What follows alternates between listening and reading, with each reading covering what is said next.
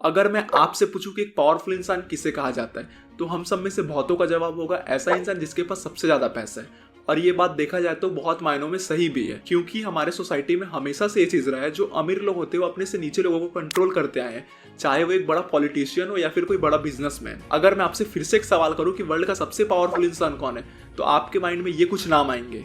और ये बात भी सही है कि कहीं ना कहीं ये सारे लोग हमारे वर्ल्ड को फाइनेंशियली या पॉलिटिकली तरीकों से कंट्रोल करते ही हैं। पर आपने कभी ये सोचा है कि कोई तो होगा जो इन सारे लोगों को कंट्रोल करता होगा? आज के इस वीडियो में हम लोग एक ऐसे एसेट मैनेजमेंट कंपनी के बारे में बात करें जो बड़े बड़े बिजनेसमैन से लेकर गवर्नमेंट और आपको भी कंट्रोल कर रही है। और इस कंपनी को चलाता है एक ऐसा इंसान जो इतना पावरफुल है कि वो जब चाहे किसी भी कंट्री की इकोनॉमी गिरा सकता है। और चाहे आप इसे रियल लाइफ इल्यूमिनाटी क्यों ना समझो, क्योंकि ये कंपनी 100 से भी ज्यादा देशों की एसेट्स कंट्रोल करती है। और चाहे अमेरिका, रशिया, चाइना या इंडिया ही क्यों ना हो, इन सारे देशों की गवर्नमेंट इस कंपनी से डरती है और इस कंपनी से एक अच्छी रिलेशनशिप बनाकर रखना चाहती है। और आज हम जो भी अपने डे टू डे लाइफ में कर रहे हैं, चाहे वो कॉर्पोरेट जॉब हो या फिर बिजनेस, हम इस कंपनी के इन्फ्लुएंस में ही करते हैं, क्योंकि इस कंपनी की सबसे बड़ी एसेट हम और आप है।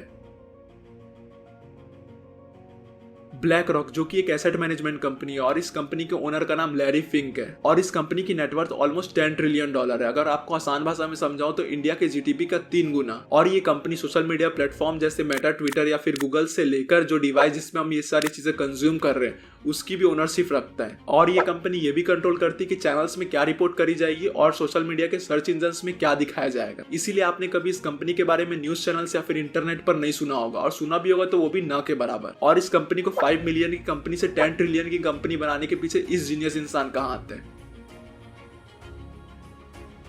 लैरी फिंक, जो कि पॉलिटिकल साइंस के स्टूडेंट थे, उनका इंटरेस्ट शेयर मार्केट में भी था, जिस वजह से उनको पॉलिटिकल के साथ साथ इकोनॉमिकल चीजों की भी प्रॉपर नॉलेज थी। लैरी फिंक ने अपने शुरुआत के दिनों में बॉस्टन नाम की कंपनी को ज्वाइन किया था, और देखते ही देखते उस कंपनी के एमडी भी बन गए। और एमडी बनते ही उस कंपनी को $1 बिलियन का प्रॉफिट करवाया, जिसके बाद सबने उन्हें अप्रिशिएट किया। लेकिन कुछ सालों में ही लैरी की वजह से उस कंपनी को $8 बिलियन का नुकसान हुआ, जिसके क्रिटिसिज्म के कारण लैरी को उस कंपनी को छोड़ना पड़ा। और यही इंसिडेंट उसके लाइफ की टर्निंग पॉइंट भी बना, जहां उसकी मुलाकात स्टीफन स्क्रूजमैन से हुई। स्टीफन ने लैरी पे भरोसा करते हुए $5 मिलियन का क्रेडिट दिया और उसे अपने कंपनी में भी ज्वाइन करवाया। पर लैरी को उस कंपनी के काम करने का तरीका पसंद नहीं था, और आपसी कुछ मतभेद के कारण लैरी ने उस कंपनी को छोड़ दिया। और 1994 में लैरी स्टीफन की कंपनी ब्लैकस्टोन से निकलकर खुद की कंपनी बनाई, जिसका नाम उसने ब्लैक रॉक रखा। और उसके बाद लैरी ने अपने कंपनी को एक बिजनेस जायंट के रूप में बनाना शुरू किया, और देखते ही देखते शुरुआत के 5 सालों में ही लैरी की नेटवर्थ $165 मिलियन की हो गई। और वो दिन और आज का दिन जहां लैरी की नेटवर्थ ऑलमोस्ट $10 ट्रिलियन है, यानी अमेरिका के जीडीपी के 40% जितना एसेट्स ये कंपनी अकेले मैनेज करती है। आज के डेट में ये कंपनी इतना पावर पोजेस करती है, लेकिन शुरू से ये कंपनी इतनी पावरफुल नहीं थी।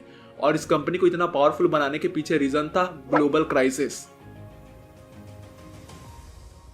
2008 में जब अमेरिका में ग्लोबल क्राइसिस आया तो अमेरिका भर में कई बड़ी कंपनियां कोलैप्स हो गई, और पूरे दुनिया भर में कई कंपनी के स्टॉक्स ब्रेकडाउन हो गए। और उसी दौरान ब्लैक रॉक क्रैश कंपनियों के शेयर भारी मात्रा में खरीदा था। और जैसे ही पूरे वर्ल्ड में ग्लोबल क्राइसिस खत्म हुआ और कंपनियां रिकवर की, इस कंपनी की नेटवर्थ और बढ़ती चली गई। और 2019 में कोविड के आने के बाद फिर से इस कंपनी को वो दोबारा मौका मिला, और इस बार तो ये कंपनी के पास इतना ज्यादा पैसा था कि ये और बड़े पावरफुल कंपनी में इन्वेस्ट कर सकता था। और इस कंपनी ने किया भी, और देखते ही देखते ये कंपनी दुनिया की सबसे पावरफुल कंपनी बन गई।